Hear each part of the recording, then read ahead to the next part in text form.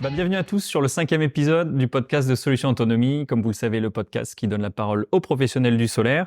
Avant de commencer, n'hésitez pas à liker la vidéo, à vous abonner et également à commenter pour nous soutenir, mais aussi pour soutenir toute notre communauté d'installateurs de panneaux solaires. Et aujourd'hui, on a un installateur de panneaux solaires qui nous vient tout droit de Rivière-du-Loup. Ouais. C'est Sébastien. Salut Sébastien. Salut. Comment ça va? Ça va super bien, Flo. Merci beaucoup de l'invitation. Théo aussi. Très content d'être ici avec vous autres à Montréal. Ça va bien. Avec plaisir. Bon, écoute, on est content de t'avoir aujourd'hui. Donc, tu es le fondateur, enfin, en fait, c'est avec ton papa, de Spécialité Électrique, une entreprise à Rivière-du-Loup, donc installateur, revendeur de matériel d'énergie renouvelable. Oui. Et si tu es là aujourd'hui, c'est pour qu'on parle un petit peu, en fait, de l'évolution du marché du solaire, spécialement au Québec et en Amérique du Nord. Mais avant de sauter là-dedans, je vais te laisser te présenter en quelques mots, puis présenter aussi un petit peu Spécialité Électrique. Oui, donc Spécialité Électrique, juste pour corriger, je suis pas fondateur. Mon père a parti une entreprise en 1975. Il était vraiment spécialisé dans l'électricité automobile, tout ce qui est industriel, les camions, les loaders, tout ça. Donc, ce qui était en 12-24 volts, alternateur démarreur batterie. Et puis, par la suite, on a développé avec ce qu'on viendra parler plus tard. Moi, Sébastien, j'ai commencé à travailler depuis très jeune âge dans l'entreprise. Et puis, Oui, tu disais tout à l'heure 12 ans même, parce que là, c'est très très jeune, 12 ans. 12 ans, là, c'est pas mal, en tout cas, c'est de ce que je me rappelle, mais tu sais, c'est ce que j'ai commencé à être vraiment plus stable là, dans le travail l'été. Donc, j'ai fait mon diplôme d'études secondaires pour aller faire ensuite un diplôme d'études professionnelles en électromécanique. OK. Puis par la suite, diverses formations à gauche puis à droite m'ont emmené vers l'énergie solaire là, plus tard à grande échelle, mais j'ai commencé, là, le premier balbutiement en énergie solaire que je me rappelle, c'est en 1987, avec un panneau solaire qu'on a toujours, un Shell Solar, un SP75. Oui, je l'avais vu dans ton entrepôt, c'est vrai. C'est une relique. Une relique, effectivement, qu'on avait acheté à l'époque, 1200 $, qui fonctionne encore très, très bien, mais là, je le garde pour un musée ou quelque chose du genre. Mais c'est ce que j'ai souvenir là, d'avoir commencé donc à 12 ans dans l'énergie solaire avec mon père. Ouais. Donc, comme tu me disais tout à l'heure en off aussi, donc tu as racheté en fait les parts de ton papa. Tu as fait grandir la compagnie à travers les années. Donc, tu fais et de l'installation et de la revente de matériel, c'est ça, hein? Effectivement. Okay. Effectivement, on est dans l'installation. Dans la revente, j'en fais moins un peu parce que l'énergie solaire est quand même grandissant énormément. Fait que je suis plus sur l'installation maintenant, puis la vente aussi, parce que dans l'énergie solaire, tu as bien beau avoir le plus beau système, mais s'il est mal vendu, souvent, tu vas avoir un système qui fonctionnera pas bien parce qu'il répondra pas aux exigences du client, parce qu'il va penser que il va pouvoir faire fonctionner X, Y, Z, mais il sera pas capable parce que le système n'est pas conçu pour ça. Donc, je suis plus là-dedans. Mais oui, effectivement, l'entreprise aussi, là, avec les années, on a quand même atteint un statut assez grand pour être capable d'acheter directement chez certains fournisseurs, fait qu'on revend. Ouais. OK. Et donc, justement, la spécialité, évidemment, comme pas mal d'installateurs et de revendeurs au Québec, c'est le hors-réseau. Ouais. On connaît les diverses raisons. Je vais t'inviter à discuter avec moi, prendre une petite machine à remonter le temps, essayer de se rappeler tous les deux les plus vieux souvenirs qu'on a dans l'industrie du solaire. Alors, il y aura beaucoup de nostalgie pour les plus anciens d'entre nous qui ont connu certaines marques qui n'existent plus. Ouais. Si on revient vraiment tout au début du solaire dans tes souvenirs, tu nous as parlé de ce fameux panneau solaire, de cette relique. C'est quoi les toutes premières étapes pour toi dans l'industrie du solaire? Écoute, tu sais, il faut comprendre que on va reculer à quand j'avais 12 ans, donc en 1987-89. Mon père a commencé en 87, moi je commençais à m'impliquer en 89. Là, on parle de, tu sais, à 1200 $ le panneau 75 watts, là, faites le calcul rapidement, là, on vendait pas 75 systèmes par année. Là. C'était qui d'ailleurs qui achetait ça? C'était des gens qui avaient des chalets puis qui voulaient tout simplement pas entendre une génératrice fonctionner. Fait que c'était que ça, là, des chalets, on installait des lumières ou autres trucs. C'est sûr et certain que les onduleurs, il y en avait à l'époque, il y avait des onduleurs, mais c'était surtout où on essayait de rester dans le 12 volts, ouais. Là, avec des lumières qui étaient des ampoules incandescentes 12 volts qui consommaient. Écoute, c'était dérisoire, là, ça avait aucun sens, mais les gens voulait s'en aller avec ça. Fait que c'est pas mal ce que je me rappelle. En 89, premier panneau solaire, une installation, un monsieur Proux, je me rappelle très bien, parce que son garçon avait repris le chalet, puis on avait fait des modifications, mais ouais, c'est ça, il y avait beaucoup de gens comme ça. Hein. Donc il y avait déjà cette notion de hors réseau, en fait pas dans le solaire, mais vu que le territoire est grand au Québec, il y avait déjà des génératrices pour tous les chalets qui étaient isolés, les communautés aussi autochtones, les verts peut-être un peu différents, les bateaux aussi, mais il y avait déjà ces communautés de personnes qui n'étaient pas forcément très nombreuses, j'imagine, en plus, Non. peut-être moins qu'aujourd'hui en tout cas. Non, effectivement. Aussi, ouais. Ouais, c'est sûr et certain qu'il y en avait moins. Mais c'est ça. Avant, les gens s'éclairaient beaucoup au propane encore. Il y en a encore dans les pourvoiries. C'était beaucoup sur le propane pour les frigos aussi. Mm-hmm. Mais il y avait des novateurs qui voulaient, un peu comme mon père, je me rappelle son premier panneau solaire. Il voulait découvrir d'autres choses. Il savait que les panneaux solaires existaient. Tu sais, on parle en 89. Donc c'était un peu de la curiosité aussi, là. Oui. Bon, effectivement, la curiosité, mais tu sais, on comprend que les panneaux solaires, la commercialisation a commencé dans les années 60 là, avec les Sputnik et autres satellites dans l'espace, mais tu sais, l'énergie solaire en tant que telle, l'effet photovoltaïque existe depuis les années 1800. Absolument. On n'a pas inventé ça. Fait que, mais c'est ça, c'était des gens novateurs qui voulaient vraiment essayer quelque chose de nouveau. Et il achetait ça où alors, justement, à l'époque? Chez qui se fournissait? Parce qu'il devait pas y en avoir beaucoup, là, des revendeurs. Écoute, c'est drôle, j'ai suivi une formation dernièrement, j'ai parlé avec le seul qui se rappelait de ça, Réonac. Une compagnie à Montréal qui vendait de l'énergie solaire. Il vendait de l'énergie solaire, c'est ça. Là. Je présume qu'il n'avait pas une quantité phénoménale, mais il y avait des panneaux. Le 75 watts qu'on a, je suis pas mal certain qu'il vient de là. Puis il y avait d'autres trucs. Là. Et c'était quoi alors à cette époque-là l'installation type du hors réseau comme ça? Il y avait quoi comme matériel dedans? Panneaux solaires, on avait les régulateurs qui étaient Morningstar à l'époque. Ah, déjà, C'était pas mal les seuls qui existaient, si ma mémoire est bonne. Et puis, on allait avec une batterie à 7 plombs, qui était 12 volts, où il y avait de la 6 volts à l'époque qui se vendait très bien, qu'on utilisait avec ça. Fait que ça jouait 90% du temps batterie, régulateur, panneau solaire. Et puis, avec l'avenue des onduleurs par la suite, là, il y avait des systèmes qui s'installaient avec ça. OK. Donc là, à l'époque, c'était, je veux dire, des ventes comme ça, t'en faisais pas 10 par mois, j'imagine? Donc, non. La compagnie faisait pas mal d'électricité et un peu on the side, faisait un petit peu de solaire tout doucement. Oui. À quel moment ça a commencé vraiment à prendre un petit peu d'ampleur, où vous vous êtes dit avec ton papa, ah, là, il y a peut-être quelque chose qui est en train d'arriver? J'ai racheté une entreprise, moi, en 2007. Puis, quand j'ai commencé en 2007, je faisais pas suffisant pour dire que j'allais vivre de ça. Mais ça commençait, là. Je dirais, là, milieu des années 2010, là, je commençais à être pratiquement à 100% dans l'énergie alternative. Là. D'accord. Ouais, OK. ouais. Donc presque, moi je vais comparer avec mon expérience en Europe, qui est pas de hors réseau là, c'est plutôt raccordé réseau, mais ça arrivait pas mal au même moment, un peu en 2010. Je pense qu'il y a eu surtout la combinaison de la baisse des prix qui a été drastique, surtout pour les panneaux solaires. Alors à l'époque il n'y avait pas encore de batterie évidemment, donc la majeure partie du coût d'une installation venait des panneaux. Et comme tu dis tout à l'heure, on était en Europe, je me rappelle, en 5-6 euros du watt, ça avait aucun sens. Enfin, c'était normal au début. OK, donc aux alentours de 2010, c'est là que tu vois que ça commence à prendre un petit peu d'ampleur. Comment tu gères ça? Est-ce que tu vois qu'il y a quelque chose à faire, tu y vas, ou t'attends que les clients viennent? Comment ça se passe à ce moment-là? Ben, c'est sûr qu'en 2010, il faut comprendre que l'entreprise que mon père avait partie en 75 avait quand même une bonne renommée. Donc, quand on a commencé là-dedans, on s'est pas trop évaché en bon québécois parce que on voulait pas, on n'avait pas une équipe de 500 gars non plus, fait qu'on voulait faire des bonnes installations, on voulait que les clients soient satisfaits. Fait qu'au lieu de viser sur le volume, on visait sur la qualité. D'accord. Puis tranquillement, pas vite, de bouche à oreille, c'est venu. C'est sûr et certain qu'on faisait des salons. On faisait de la publicité sur notre site web, des trucs du genre. Mais c'était pas mal comme ça que ça venait du bouche à oreille, là, je dirais.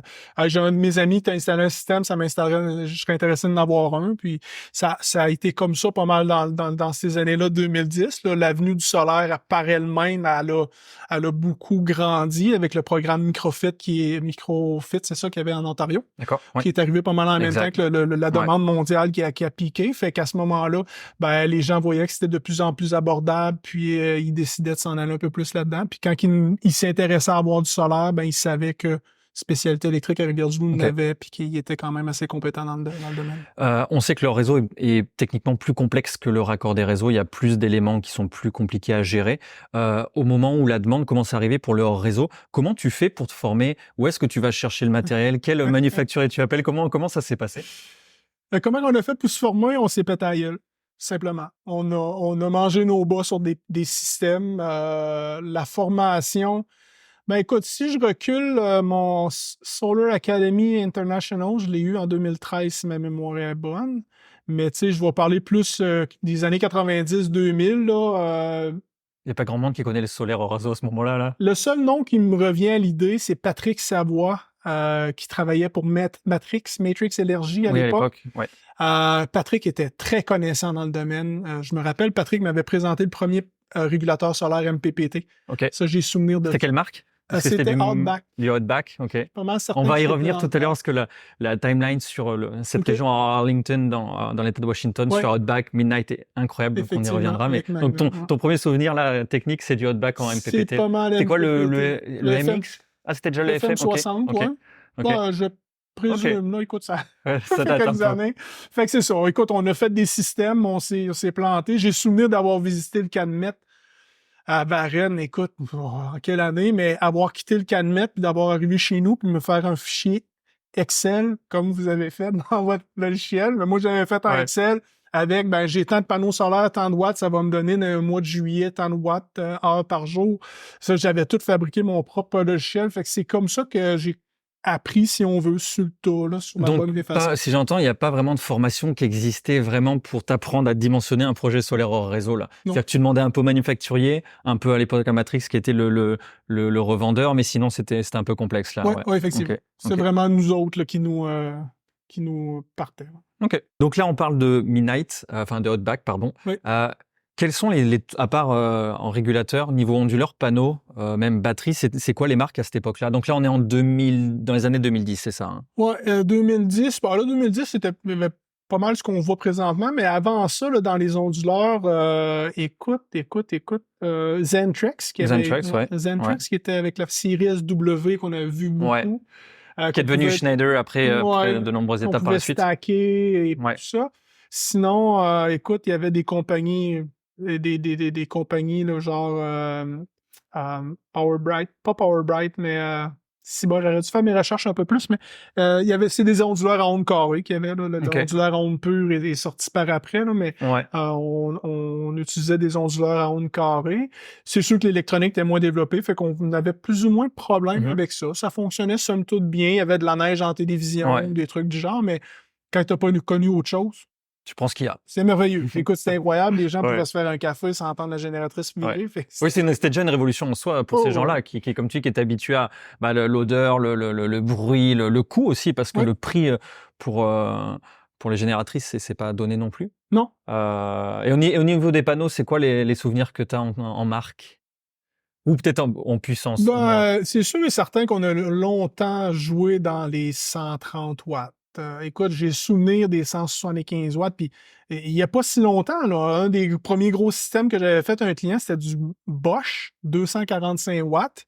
Écoute, puis c'était les panneaux, là, du 245 watts, c'est ce que j'avais mis, c'était le plus fort que je pouvais trouver. Ouais. Puis, Oui, alors qu'aujourd'hui, on est rendu presque, certains panneaux sont à 600 À presque. 600 C'est, bifaciaux. ouais, bifaciaux en plus. tu sais, donc, le Bosch 245 watts, qui était à 600 $, je pense, Prix achat ou revente? à la vente au À la client. vente, donc ouais, ok. Ouais, fait que, tu sais, c'est ça. Donc, les panneaux solaires, j'ai du souvenir de BP Solar, c'est ça, du Shell Solar, dans ces compagnies-là. Beaucoup qui n'existent plus finalement. Oui, hein. effectivement. en là, fait, hein. Dans ces années-là, là, dans les débuts, il n'y a plus aucune compagnie qui existe, mais Shell Solar avait été racheté par une compagnie qui avait été rachetée par BP Solar, si ma mémoire est Mhm. bonne. Fait que- Oui, généralement, ça s'est toujours passé pas mal comme ça pour les marques de panneaux. C'est pas mal avec Ouais, des ouais. acquisitions.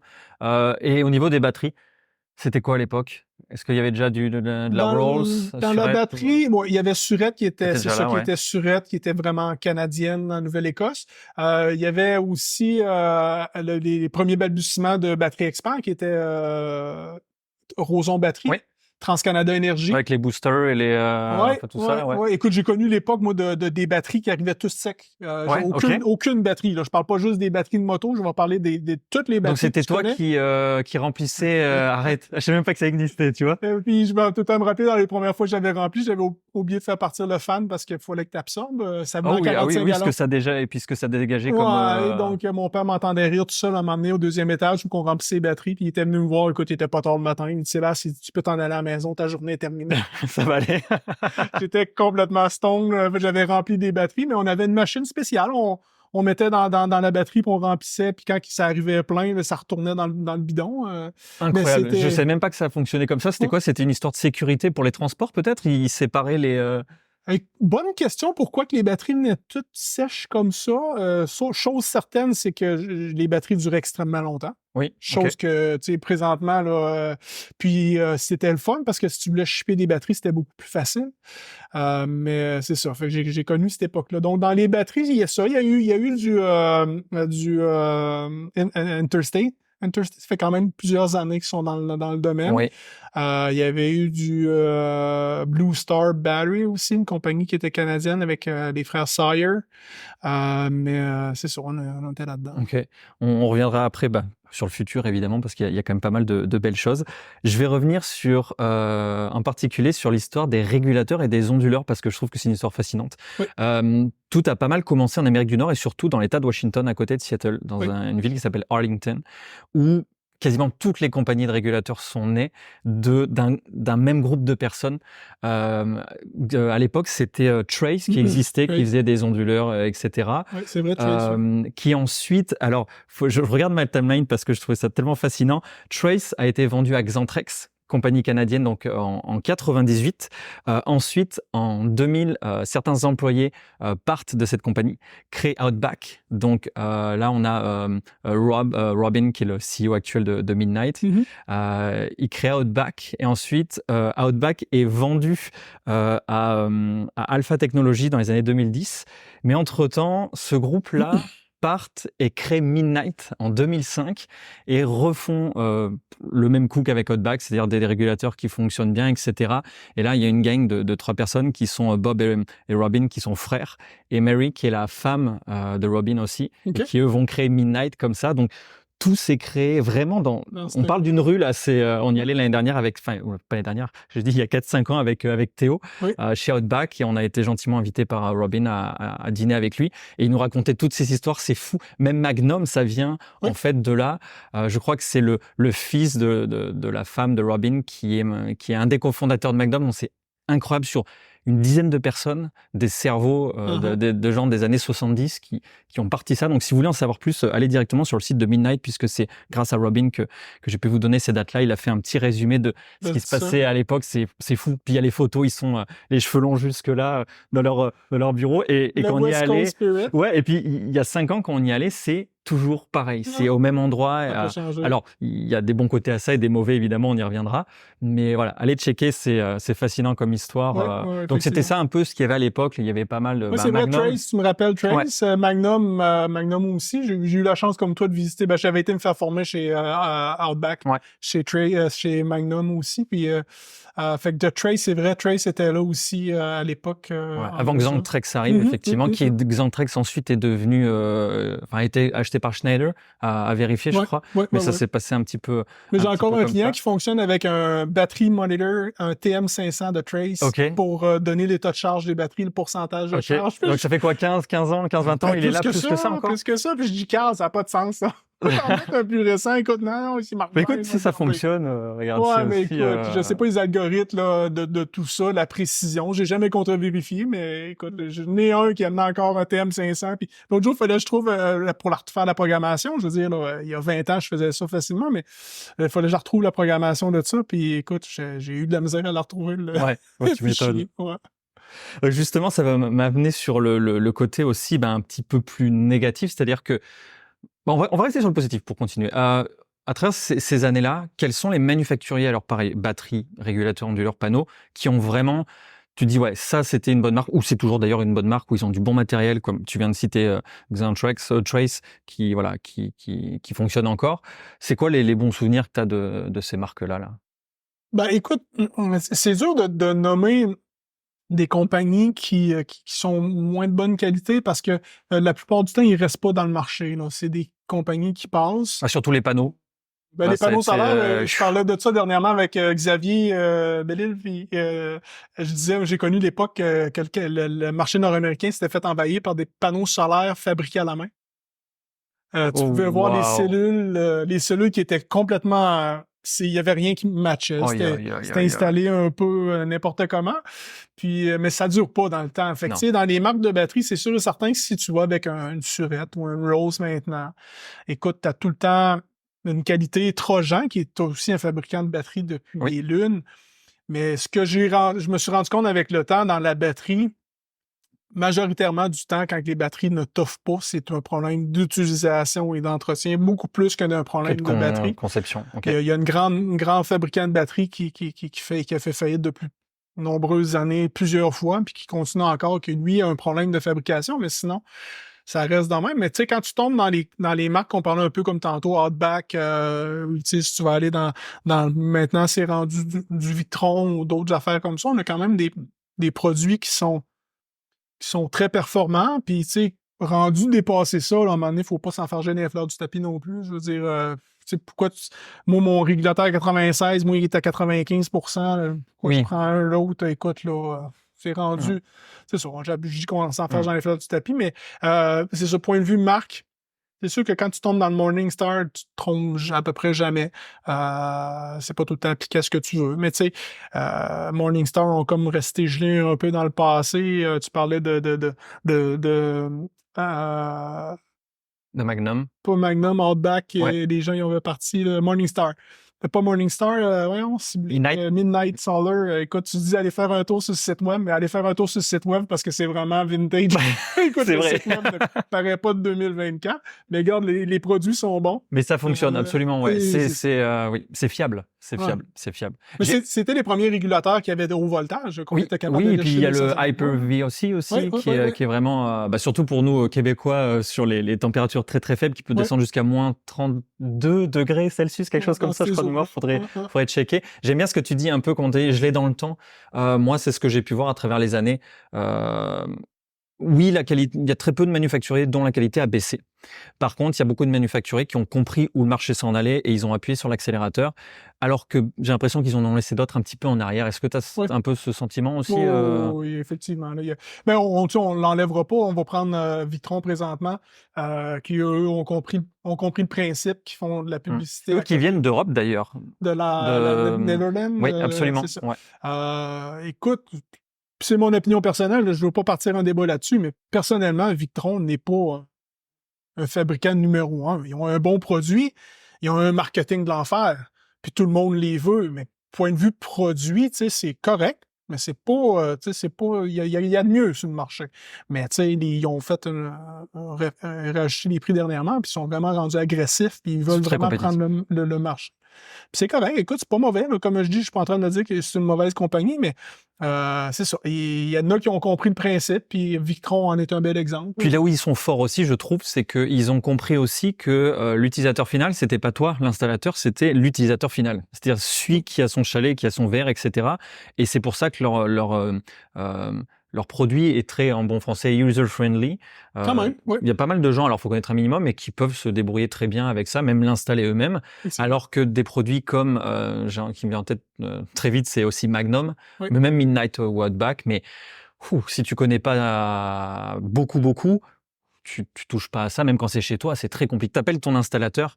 Donc Souvent. voilà, l'intérêt de Souvent. Victron, c'est que toi, ça t'enlève un petit peu aussi de travail, tu vois, vu que c'est un peu plus. Ben, même, tu sais, même si les gens ont accès, parce que, tu sais, Victron, ce que je voulais dire, Victron, tu vas aller sur leur site, ils ont beaucoup d'augmentation, énormément d'augmentation de vidéos. Outback en ont quand même pas mal aussi, mais pareil, tu sais, le client va tout le temps finir par venir parce qu'il est pas certain. Tu peux-tu checker mes affaires, tout ça? Fait que, tu sais, même s'ils ont des vidéos, il y en a qui font les installations tout seuls, puis c'est correct.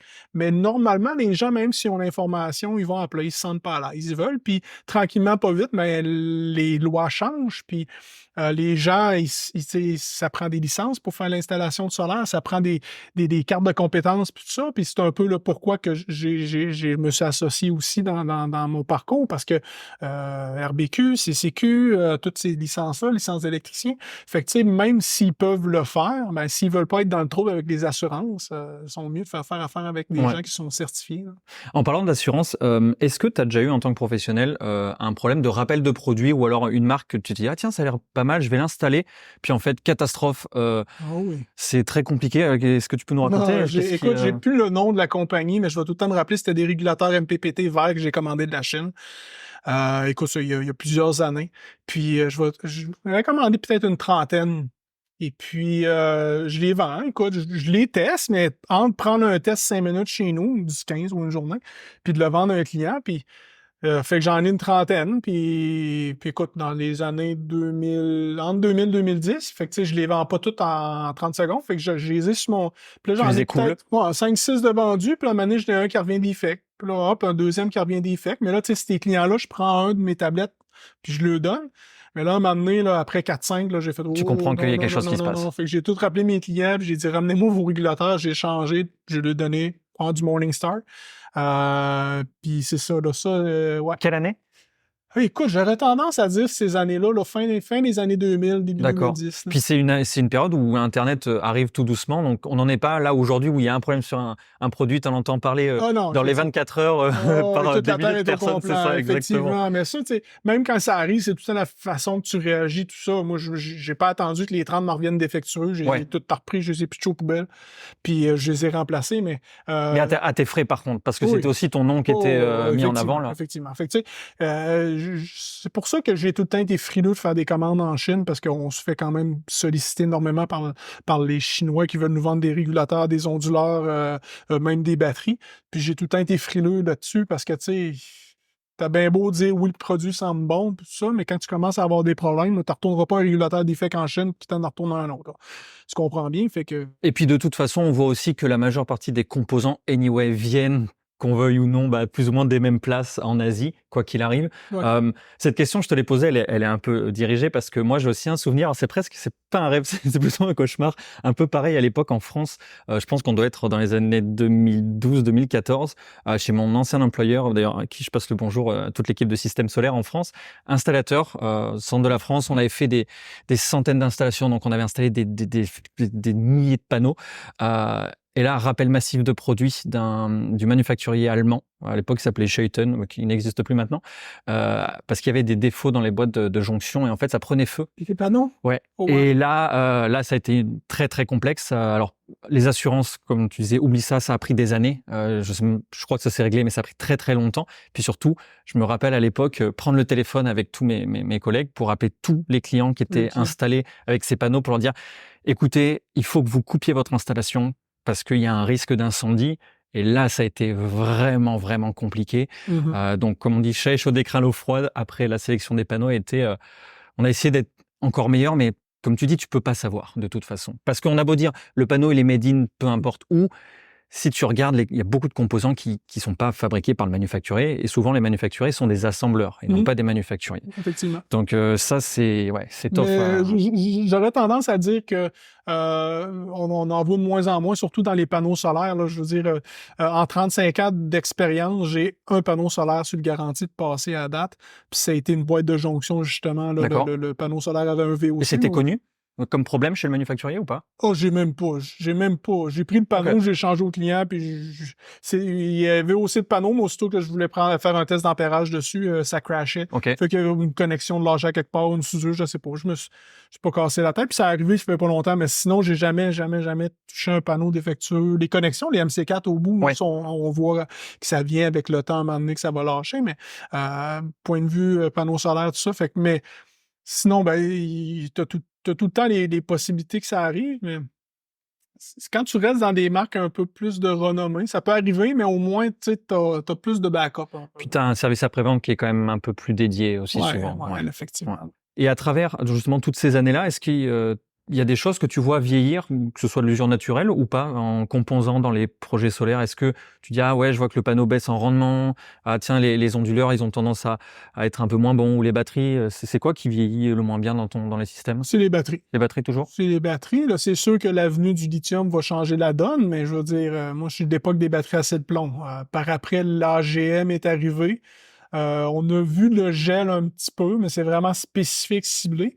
Mais les batteries, c'est sûr et certain que c'est ce qui vieillit le plus dans un système solaire. Et écoute, honnêtement, j'ai jamais pris la peine de tester des systèmes là, de panneaux, voir, là, parce que c'est garanti quand même 25 ans, Oui. linéaire, tout ça.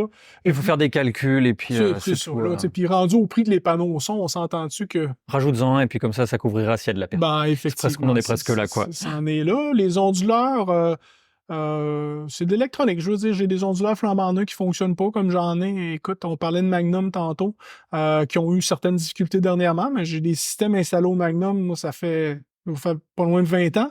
Et ça tourne pareil. Ça dort. Fait que, tu sais, c'est ça, c'est de l'électronique. Ça peut lâcher comme ça peut fonctionner des longues périodes, là. Et jusqu'à aujourd'hui, est-ce que il y a du matériel que quand ils sont sortis, tu te dis: «Waouh, ça c'est révolutionnaire»? Ou des technologies ou des choses qui sont arrivées. Alors, je vais donner un exemple, par exemple, mais ça peut être le lithium ou le bifacial, par exemple. Tu vois, ce genre de choses, tu dis: «OK, ça là, c'est un game changer». Ben, le plus gros WOC que j'ai fait dernièrement, bon, le bifacio, c'est certain que c'est un bon apport quand tu vas faire des structures au sol. Dans ce moment-là, ça va aider à déneiger. Mais le plus gros WOC que j'ai eu dernièrement, là, c'est les tout en un, là, les onduleurs, régulateurs. Ça sauve beaucoup de casse-tête là, de montage en usine. Tu arrives, puis tu mets ton onduleur là, ta batterie, ton panneau solaire, puis c'est terminé. Mais les plus gros WOC que j'ai eu aussi, là, c'est point de vue monitoring sur Internet, là. Oui. Ça, Regarder en live ce qui se passe sur les centrales. troubleshooter, là, puis tu sais, t'as des clients qui t'appellent. Ah, il me semble mon système est déchargé de ce temps-ci. Ouais, mais d'habitude, tu consommes 10 kWh par jour. Là, t'es rendu à 25. Qu'est-ce qui se passe? Ah ouais, c'est vrai, j'ai installé une thermopompe. Ouais. C'est ça. Ou alors, ah bah, j'ai pas eu mon breaker, il était à off, alors qu'il y a peut-être 15 ans, tu te serais déplacé dans le bois et je suis juste là pour faire ça. Effectivement. Ben, j'ai des clients, je me rappelle Monsieur Croteau de lingerie. Là. C'est une lingerie, là. Concept plus, quelque chose de genre, mais D'accord. c'est un monsieur qui était très loin, ça me prenait 3 heures à me rendre, puis j'ai déjà déplacé pour un breaker. Là. Ce que tu dis là, Ouais. ça m'est arrivé. Puis Je pense que ça arrive à tout le monde. je pense que je l'ai fait 2 fois pour ce monsieur-là, puis j'ai dit, Monsieur Croteau, écoute, je me sens mal de vous charger parce que c'est pas loin de 1000$, là, 3 heures et Pour remonter un 3 heures breaker, out, pour aller Fait que j'avais installé Outback, il y avait un Outback chez eux, j'avais installé un système de monitoring, le RE, sans qu'il s'appelle. Puis à ce moment-là, ben, tu sais, c'est facile à voir, le breaker est sauté. Hein. T'as pas d'input solaire, fait du soleil chez vous? Ouais, ben écoute, d'après moi, le breaker, puis j'avais pris beaucoup de photos. Fait qu'à ce moment-là, j'étais capable de dire, ouais, regardez tel breaker à côté de telle chose. Ah oui, il est en bas. Bon, c'est ça. Fait que ça, c'était des game changers pas mal aussi, mais le built-in, là, tout en un, là, Ouais. de l'onduleur, là, c'était... C'est intéressant parce que tu vois, on en est déjà au cinquième épisode du podcast et en fait, à chaque fois, tous les installateurs qu'on a reçus nous disent la même chose. All in one, all in one, all in one. Je veux dire, c'est d'une facilité d'installation. Je pense qu'on essaiera de faire un épisode spécial là-dessus, comme pour les batteries, parce que on pourrait prendre des heures là-dessus. Oui, et si maintenant, on reprend notre machine à voyager dans le temps et on va plus loin dans le futur, qu'est-ce que toi, en tant que professionnel, t'attends de l'industrie dans les prochaines années ou dans le matériel? Écoute, dans le matériel, j'ai de la difficulté à voir qu'est-ce qu'on pourrait avoir qui pourrait nous simplifier la vie. C'est sûr et certain que du niveau de l'industrie, ben, on entend parler. J'ai vraiment hâte que ça arrive, qu'on installe des gros systèmes. J'ai hâte de... Donc là, on parle vraiment du Québec, là. Ouais. Là, c'est plutôt des problèmes, entre guillemets, politiques Ouais, ben, politique. On a la chance ou la malchance d'avoir l'hydroélectricité au Québec qui est produit très peu cher, qui est green, vraiment, c'est la plus belle énergie au monde. Mais, tu sais, c'est ça, ça repousse l'installation. Tu sais, j'aimerais ça avoir des systèmes. J'en ai du grid tie, là, mais tu sais, je peux les compter probablement sur mes 2 mains, 2 pieds. Tu sais, mais j'en ai quelques-uns, mais j'ai hâte d'arriver et de dire, ben, gars, je vais faire un système de 250 kilowatts, 1 mégawatt, tu sais, des trucs là, que tu commences, puis tu fais tout l'été, puis tu mets en marche commissionné, puis tout ça. Ça, c'est vraiment là-dessus, puis c'est ça. J'ai hâte Ben, j'ai hâte un peu. Tu sais, le Québec, je pense qu'on commence à se réveiller tranquillement. Les gens commencent à voir le besoin. Tu sais, veux pas, on a quand même des chiffres qui nous prouvent que d'ici 2027, les réserves d'eau vont s'amenuiser énormément. Fait que Et puis la production d'Hydro-Québec aussi va arriver aussi à terme. à terme, ouais.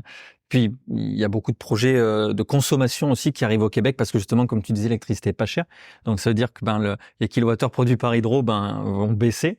Donc à un moment, il va y avoir un problème de production Ouais, aussi. Donc il faut que le solaire vienne aider. Alors palier. et autres, éolien, etc. Mais Tu savais que la consommation, la production solaire dépasse 10 fois la consommation totale par jour au monde. Ça veut dire qu'on produit 10 fois plus de solaire ouais. qu'on pourrait consommer. Donc, dans le fond, si je consomme... En termes de potentiel, tu veux Le dire. potentiel, Ouais, c'est oui, ça. oui, oui. Écoute, fait que, Oui, tu sais, c'est fou. c'est perdu, ça, là. Faut faire quelque chose. Pas personne qui l'utilise. Réveillez-vous. Donc effectivement, si je reviens pour faire un petit récapitulatif un petit peu de toutes ces années, si on peut le faire en tout cas, c'est vraiment ce qu'on a vu arriver, c'est les technologies de panneaux, la baisse des prix aussi parce je crois que ça a baissé de 95% peut-être en 20 ans là, c'est fou. Le monitoring, la chimie des batteries, on avait aussi le fait que les particuliers arrivent d'eux-mêmes à interagir avec leur matériel d'eux-mêmes.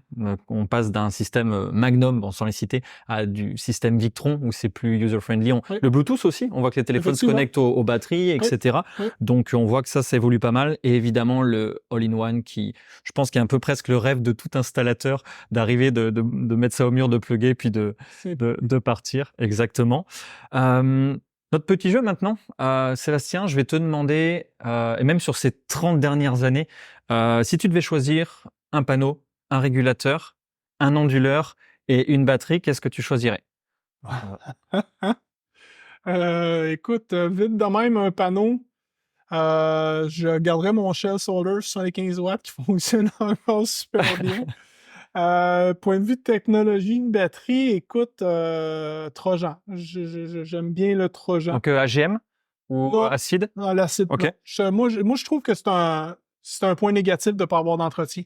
Parce que, tu sais, je dis souvent aux gens, tu vas t'acheter une Ferrari, à vaut Ça un te million. force à l'entretenir, quoi. Faire attention. Parce que, contrairement à ce qu'on pense, les clients de l'époque étaient plus faciles à servir que les nouveaux clients. Parce que les nouveaux clients, ils disent, hey, je vais mettre 5 000 sur mon système, puis je vais tout faire marcher. Oui, ensuite, je mets les mains derrière la tête et je m'allonge, quoi. C'est intéressant, ça. Ça prend de l'entretien, t'as pas le choix. Fait que moi, une bonne vieille batterie à 7 plombs, OK. Je suis winner là-dessus. Donc, c'est quoi? Si vraiment tu fais attention à ta batterie, elle peut t'offrir combien de temps? On parle de quoi, là? Moi, je dis souvent aux clients 7 à 10 ans. Une batterie à 7 plombs là, de type 6 volts, ou si on va dans l'industriel 2 volts, on va se rendre à une vingtaine d'années. Mais c'est ça. Ça prend de l'amour, ça prend des soins. Il faut resserrer les connexions chaque année, remplir X, Y, Z. OK. Dans l'onduleur, j'aurais envie de te dire Trace aussi, là, parce que j'en vois encore. Là, je m'en vais mercredi, je vais changer un Trace là, qui est sauté. Okay.